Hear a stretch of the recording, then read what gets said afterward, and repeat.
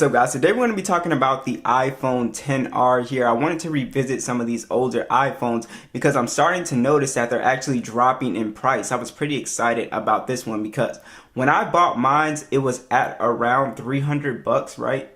So now this one, the XR, the renewed refurbished one, is now at 238. And I think the lowest was 236. But even on eBay, these are starting to trend much lower. So again, last year when I bought mine, around 300, close to 300. Now it's coming down to, I think, an amazing price at under 250 bucks now. And you just get a ton for what you're paying for, especially compared to other phones in its price range. So if you got a mid-range phone, I want to tell you why this older flagship is more superior than some of these mid-range phones. What kind of makes this thing stand out at this price? Now I want to talk about the number one thing to me that stands out on this phone at this price point is actually this Apple A12 chip. So for this price point, this chip is still extremely good. So if we go into graphic settings in PUBG, we're able to play at HDR Extreme and even all the way up to Ultra HD. So this is a very good gaming phone for anybody on a budget. So the specs on this one, again, the A12 Bionic chip, and then we also have iOS 15, the latest version on here, 3 gigs of RAM with 64 gigs of internal storage. I really like the speed on this phone, the gaming performance on here. I think it's great. So if you're on a budget, right, and you want to play games at high settings, Call of Duty Mobile, whatever, this phone does a pretty good job. So I was really happy with performance on this phone in general. Also, something to note is that this phone will get iOS the next few years of updates. So iOS 16, 17, 18. I see this phone getting these updates just because of how fast and snappy everything is. It is a very fast phone. Even comparing it to a 13 Pro, you're not going to see that big difference in speed. So even if I just like your casual applications and stuff like that, it still opens up fairly fast. As you can see, fairly competitive, even with the newest 13 Pro here. So I do really like the performance on here. And just for you guys that want to see the Geekbench scores, boom, and here are your Antutu scores as well. So this phone does great. So you can compare those to even some mid-rangers and see that you're still getting excellent performance with the XR.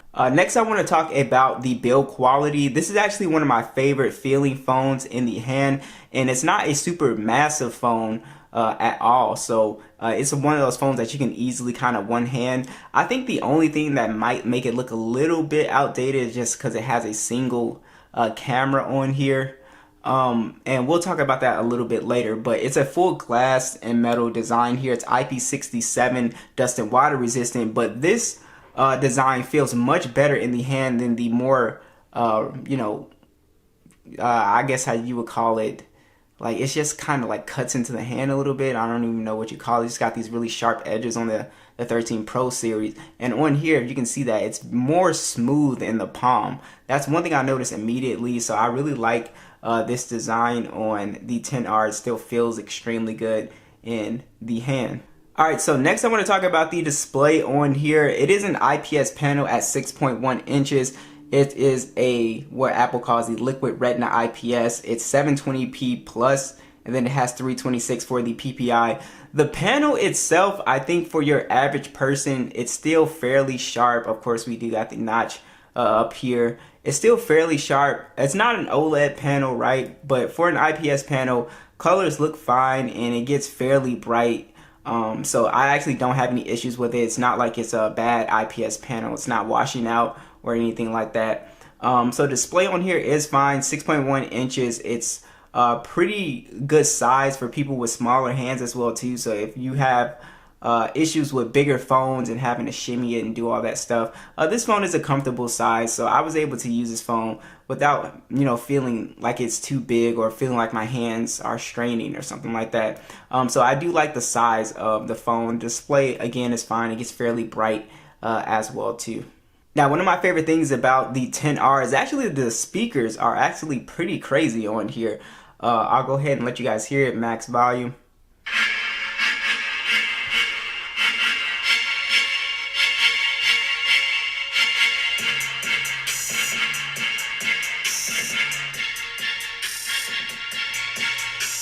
So what I love about iPhone speakers is that usually on other phones, the top speaker will not put in as much work as the bottom speaker. But as we can hear, if I cover this one up, I still get good bass quality out of this one. It's still fairly loud.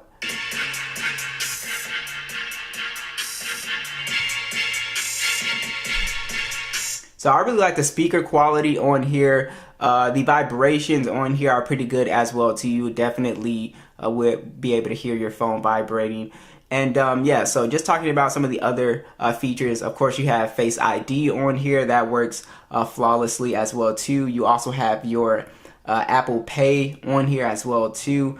So you have a lot of the same features that you know and love on the newer phones. It's still on the 10R. It's not like it's really lacking or anything like that. So I think the most important thing about this phone is how are the cameras. So I think that's a big thing with this phone. Surprisingly, the cameras are still pretty good. I actually still get kind of impressed with image quality on this phone. So it is a 12 megapixel sensor, but here's the thing about the camera, it's just one single lens. So I know it kind of kills it for some people. There's no ultra wide, there's no telephoto, it's just that one lens. But if you're not an advanced camera person and you just take, you just snap photos, right?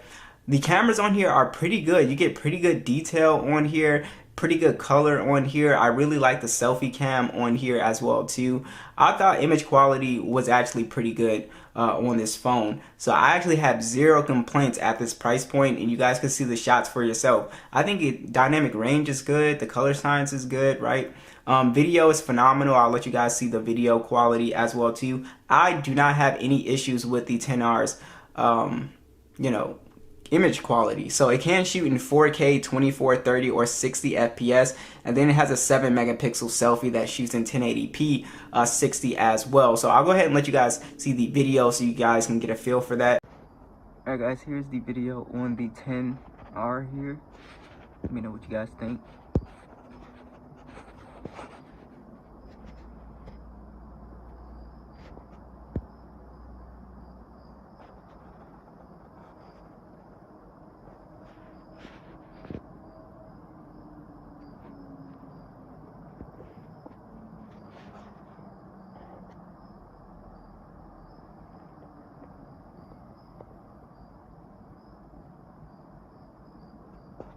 Lastly, we need to talk about battery performance on here. So battery life is actually still pretty solid on this device. It's got a 2,942 milliamp battery. Now, this varies on your battery health. Now, if you buy a renewed refurbished phone, they're not allowed to sell you a phone with battery health under 80%. So we'll go ahead and just check my battery health and see what it's at. Let's just see. Where is the battery? I know I'm just like passing it. Here it is. We'll go to battery health, and we can see we're at 87%. Now, typically, most of the iPhones that I buy from Amazon usually fall in that 85%. I usually never gotten anything close to 80%. Also, battery life is pretty good on here. I'm able to get 6 hours of screen on time with this phone, which I think is pretty solid. And again, it's gonna vary how you use your phone. If you're a heavy gamer, you might get 5 hours of screen on time. 5 hours and 30 minutes, but typically this phone has pretty good battery life. And as always, you can pay to get the battery replaced. I think it's not that expensive. If you could do it yourself, that'll save you a ton of money, but it's really not that expensive to get the battery replaced on these older phones. So the 10R is a pretty good buy in 2022. I think the cameras are actually surprisingly good, even though it's only one lens. The A12 chip is still extremely fast in 2022, as we saw. It just plays games great, no lag, no overheating. It opens applications fairly fast as well too. I never get like hiccup problems with this phone when I'm just doing your little basic stuff, like you're on Instagram, web browsing. It does a great job video watching. So overall, it's a pretty solid phone, and I think a great device for anybody on a strict budget. Now, we are going to talk about the iPhone XS. The XS to me is a little bit better. It's a little bit more expensive now. Not by much, maybe like 50 bucks more. But we're going to talk about that and why you might prefer that one over the 10R.